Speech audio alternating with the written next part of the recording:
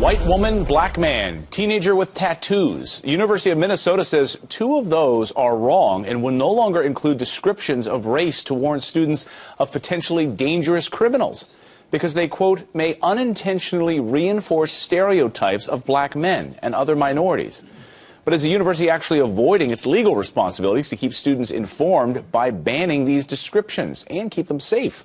Joining us now for a fair and balanced debate are defense attorney John Spilbore and former prosecutor David Schwartz. Nice to see both of you this morning. Nice to see you. All right, you're on the prosecutorial side this morning. You've got to defend this morning, so right. You're in an awkward position. How do you defend this policy? It's not that awkward. What happens is if the call just comes out for a black male, a white woman, an Asian female, it's not really helping police find the perpetrator of a crime. You need other identifying features. So if there's a tattoo involved, if there's a leather jacket, jeans, whatever, red sneakers, then you could use the identifier black male, Asian female. But otherwise, it just leads to racial profiling.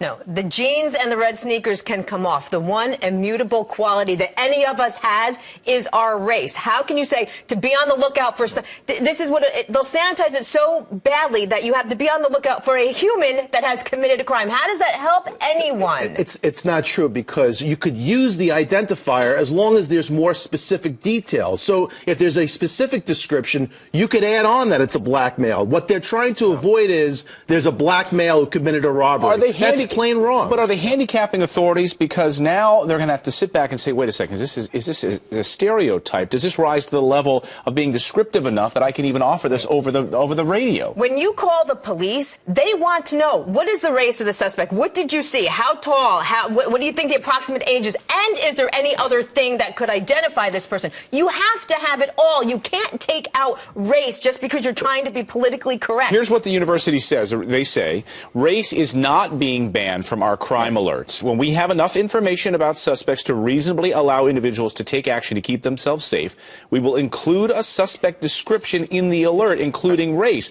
But who's to decide, David, who will define enough, or how much information is there so that they can then add that extra definer? Clayton, you hit it on the head. It's a case-by-case basis, because we need specific descriptions in order to find perpetrators of crimes. David, what if we're not have banning race and gender? But Jonna, your argument is fictional, because we're not taking that out. If there's other identifying features, like the tattoo, I'm going to tell the police that you're a white guy. That's all I got. Okay, if that's all you have, that's not an acceptable. How is that discriminatory? Because it's not an acceptable description. And when you say it's just a black male, if you keep putting in a description, black male, Asian female, you're identifying an entire group of people. It leads to racial profiling. That's what leads to racial profiling in our society. How do you leave it out? If half the university is Asian, wouldn't that be relevant information? You could disclude half the university in one fell swoop. It's really not that relevant to identify an entire class of people. If you're going to identify a perpetrator of a crime, you need to have some other identifier. Who's offended by this?